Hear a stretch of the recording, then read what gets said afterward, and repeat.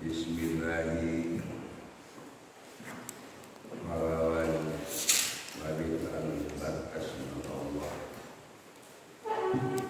Batas Allah abdi habitan. Ar-Rahmani al-Rastasi Allah di alam dunia kakakir sadayana Ar-Rahimi al-Rastasi di akhirat kamu minumbuh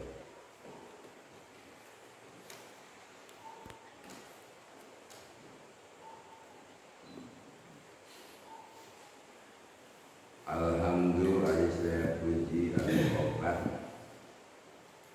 Etak lillahi tetap kagungan Allah Alladzi ja'ala ilmah anu parantos ngajantenkeun kana ilmu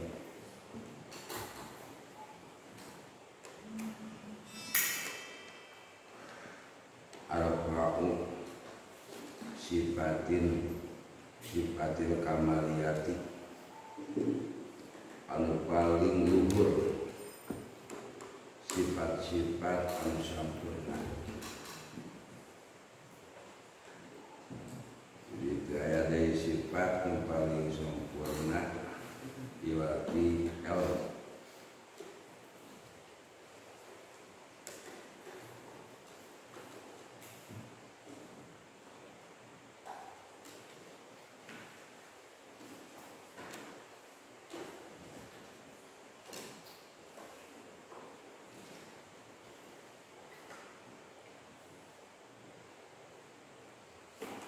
Ilmu cahaya paling sempurna di antara sifat cahaya.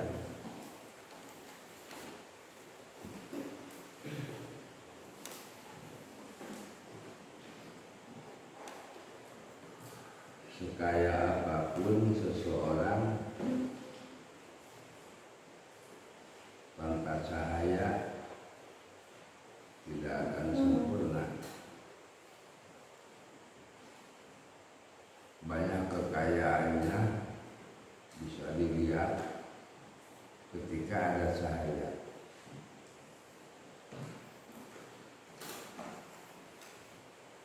Kalau tidak ada cahaya, tidak bisa melihatnya. Secantik apapun, seganteng apapun, itu bisa dilihat ketika ada cahaya.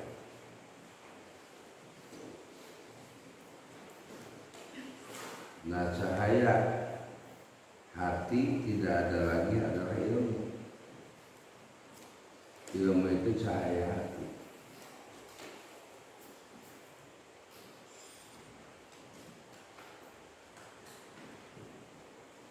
Sehingga dengan cahaya hati yang ada pada ilmu yang ada pada hati sudah cahaya.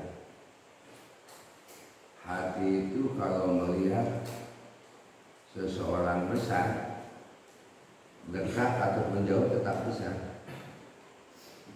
Melihat sesuatu kecil, dekat atau jauh tetap kecil. Tapi kalau cahaya mata itu besar ketika dekat, tapi kalau ketika jauh ya jadi kecil. Makanya hati tidak bisa dibohongi. Sesuatu itu baik menurut hati, apapun tetap dia baik. Tapi kalau dengan mata itu mungkin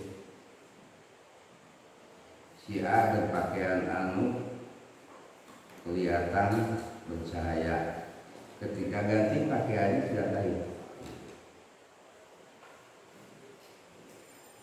Maka yang menerangi hati kita adalah ilmu. Seperti kita bisa melihat hari akhirat itu dengan ilmu. Bisa melihat alam kubur itu dengan ilmu. bukan dengan mata kepala. Kalau dengan mata kepala tidak bisa dilihat. Orang lagi menguburkan itu bisa melihat mayit, tapi setelah dikuburkan tidak bisa terlihat lagi mayit itu karena telah dikuburkan. Tapi cahaya hati itu bisa melihat bagaimana seseorang di dalam kubur karena ilmu. Nah, yang mencahaya, yang memberikan cahaya adalah ilmu. Karena ilmu tahu bagaimana orang dapat azab kubur, bagaimana orang dapat nikmat kubur, bagaimana pada alam mahsyar, bagaimana juga pada itu dengan ilmu. Makanya ilmu adalah sifat yang paling mulia, yang paling sempurna. Berarti kalau kita ingin sempurna dalam kehidupan, yang kita kenal dengan insan kamil, manusia yang sempurna, itu ya milikilah ilmu sebanyak-banyaknya, ilmu yang bisa menerangi hati.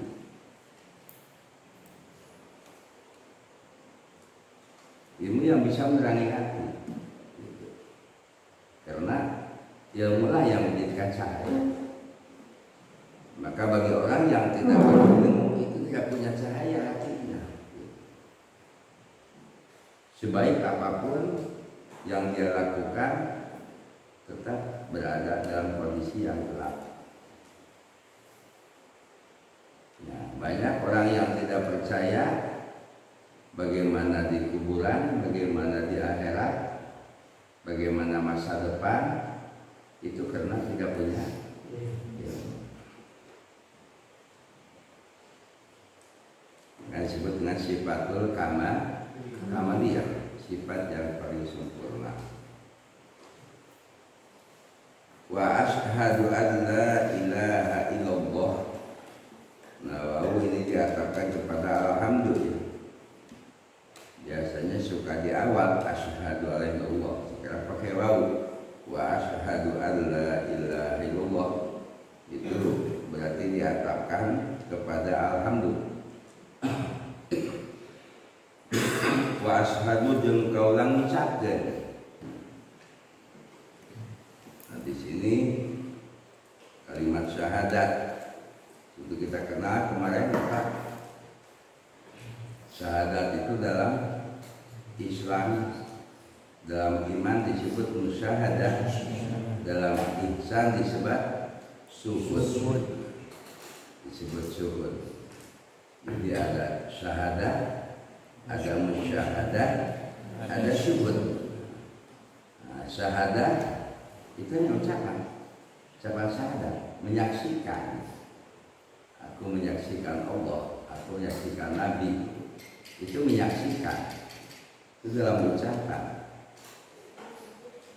Selama dia mengucapkan syahadat dan tidak mencabut dari syahadatnya, walaupun orang itu tidak sholat sama sekali, tidak puasa, itu tetap Islam. Karena Islam adalah dinyatakan dengan mengucapkan dua kalimat syahadat.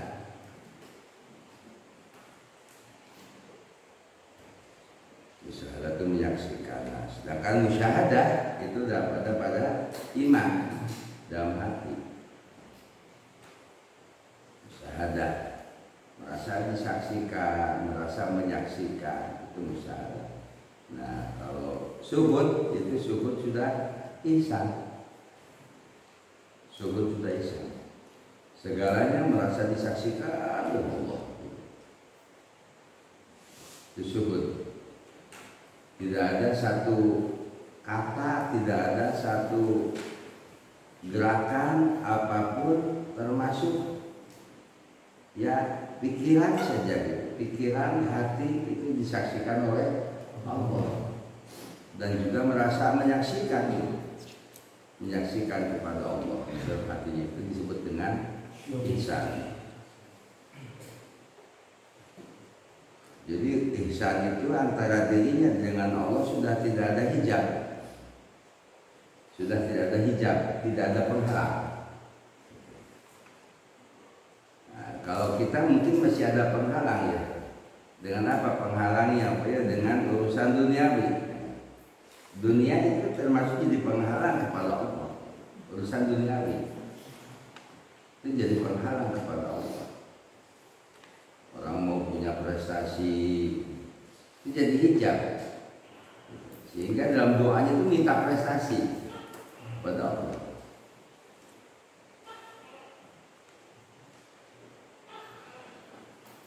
Kenikmatan itu bisa menjadikan hijab kepada Allah. Nah, maka kita janganlah kita selalu meminta kepada Allah apapun yang terjadi janganlah jadi hijab. Pernah ada seorang penceramah yang masyhur,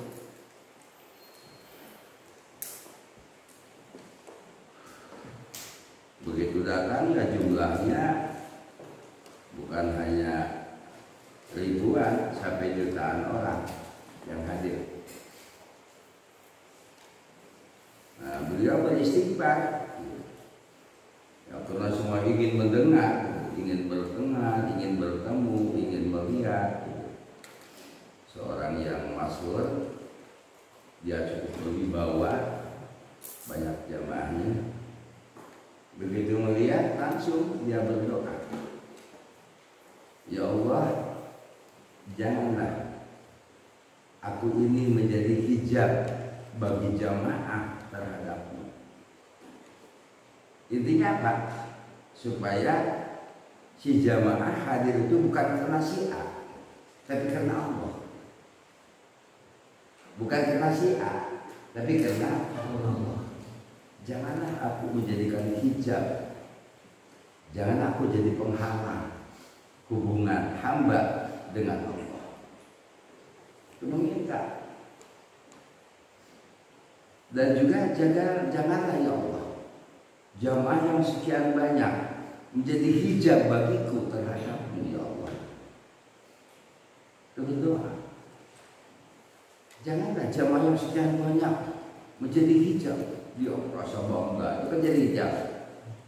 Merasa bangga, merasa enak, bicaranya semakin lantang, semakin hebat, semakin ingin didengar, semakin banyak sorak-sorak. Nah, berdoa, ya Allah, janganlah aku sebagai dijadikan hijab bagi jamaah terhadap dirimu ya Allah. Dan janganlah jamaah yang sekian banyak ini menjadi hijab bagiku, menjadi hijab bagiku terhadap Allah. Selalu begitu. Punya harta yang banyak, ya Allah, janganlah harta ini jadi hijab bagiku kepadamu. Termasuk punya ilmu yang banyak, ya Allah, jadikanlah ilmu ini jangan jadi hijab antara aku kepada Allah, tapi justru jadikan cahaya, jadi nur, jangan dijadikan hijab.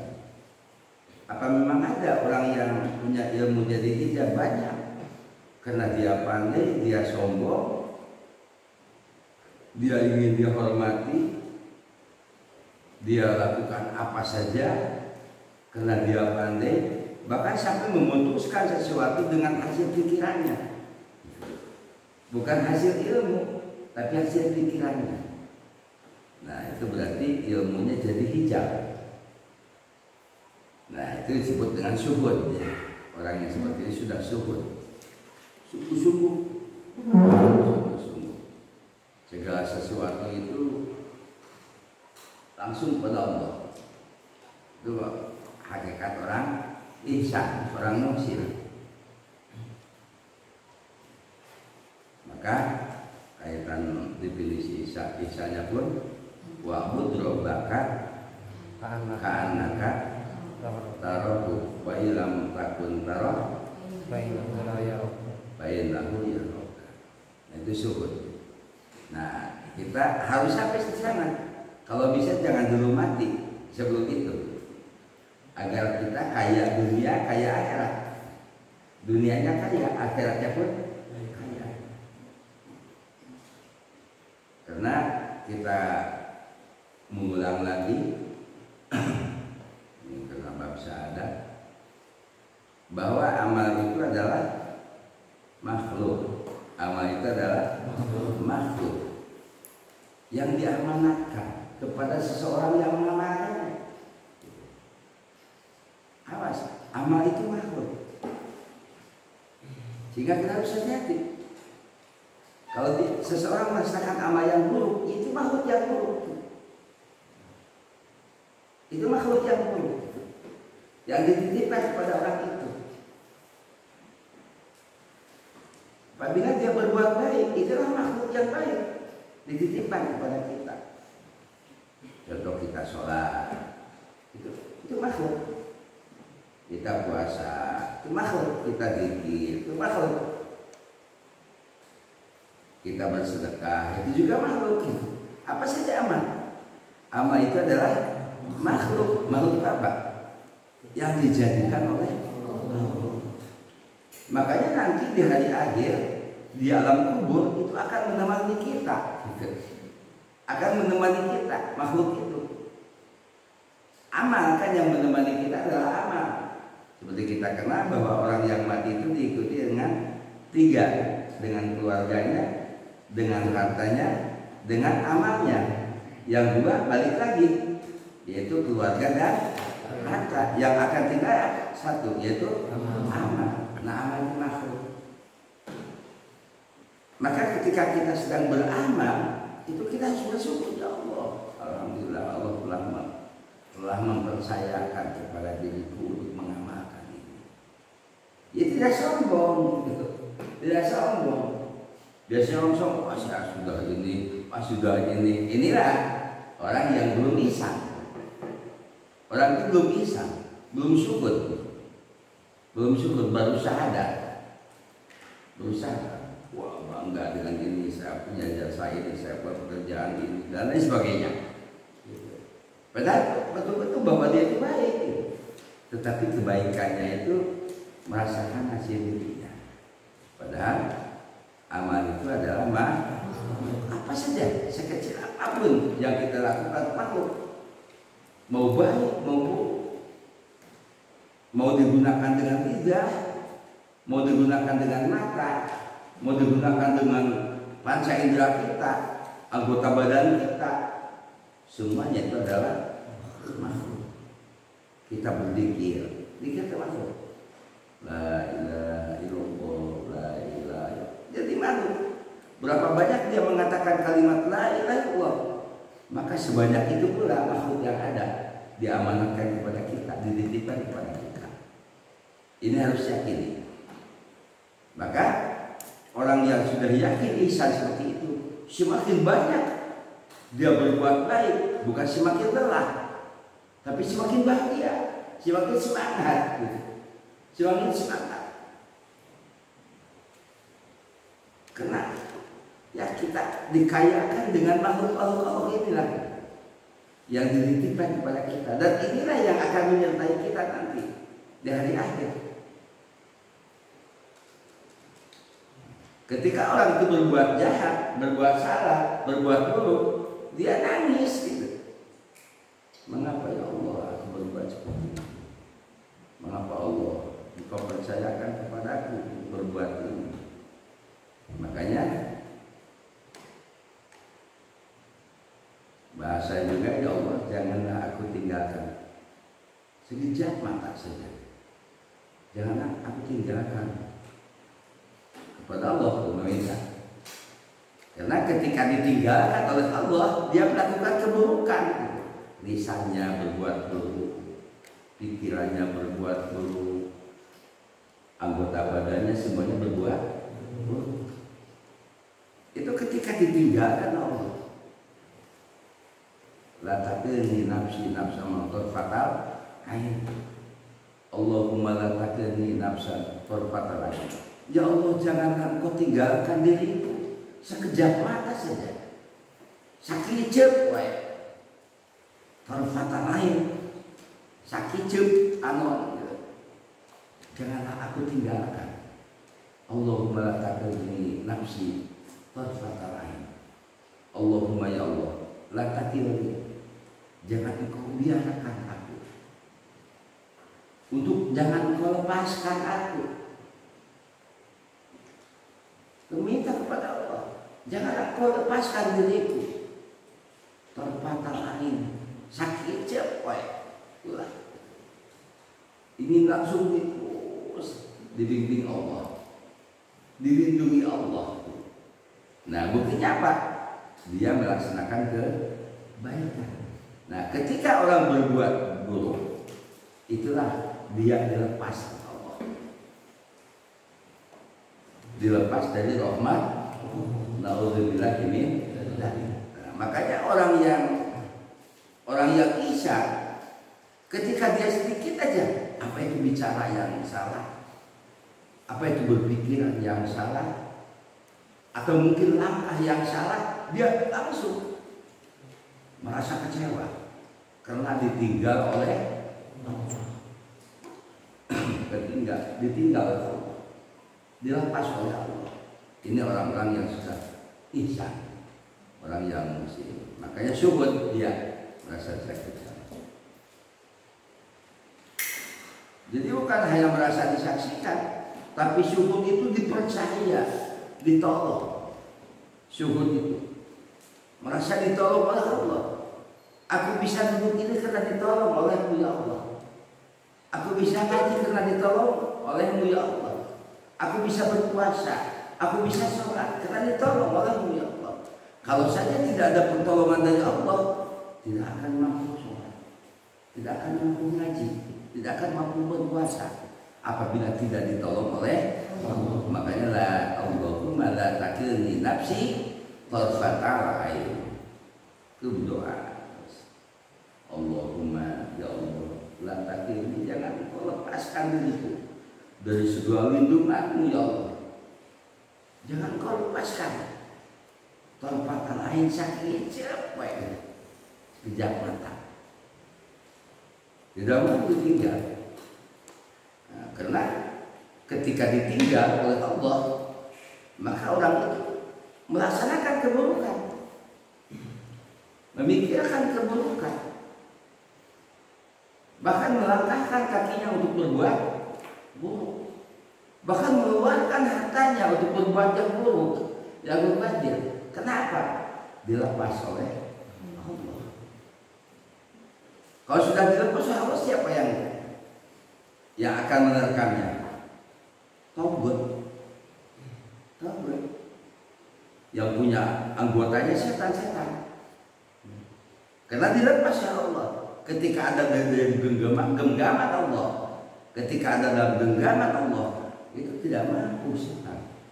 Taubat tidak mampu. Tapi ketika dilepas, nauzubillahi min, maka kita baca syahadat asyhadu an la ilaha illallah. Maka syahadat itu betul-betul mudah kita baca.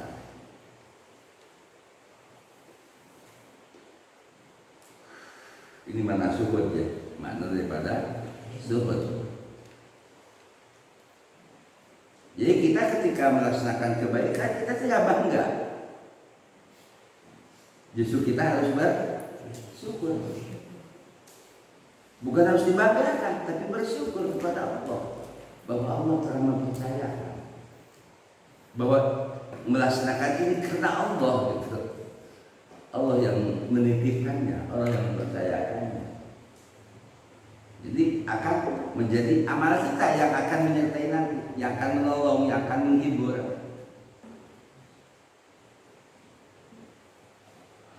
Maka orang tidak akan ditimbang hartanya, tidak akan ditimbang ilmunya, tidak akan ditimbang juga berat badannya. Yang ditimbang adalah amal. Pada yaumul mizan,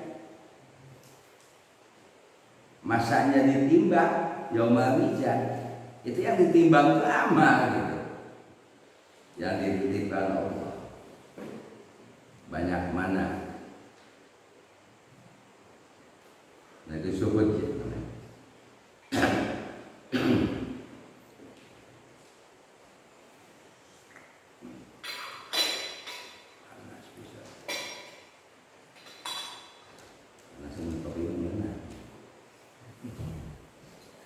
Asyhadu an la ilaha illallah. Kaula nyaksian yen teu aya deui pangeran anu wajib diibadahan kecuali Gusti Allah.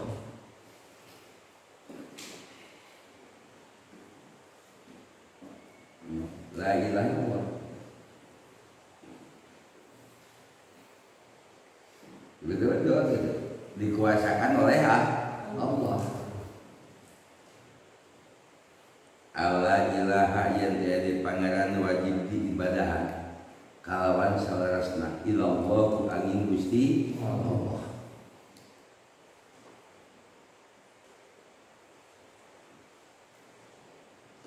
Wa asyhadu la syarika wahdahu anu sahiji Allah.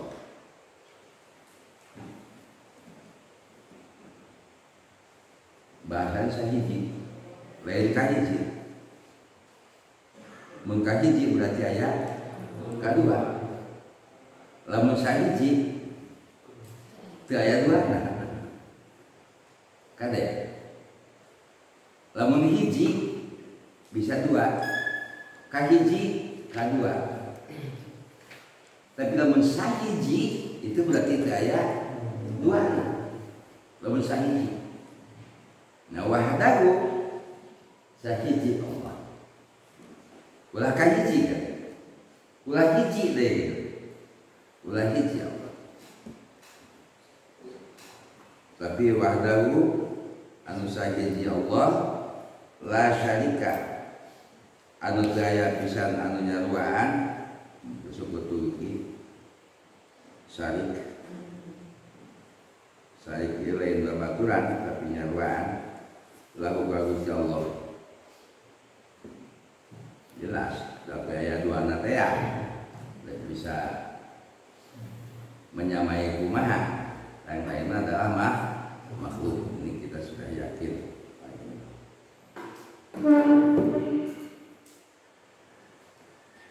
Allah dia khasra'an patos ngakhususkeun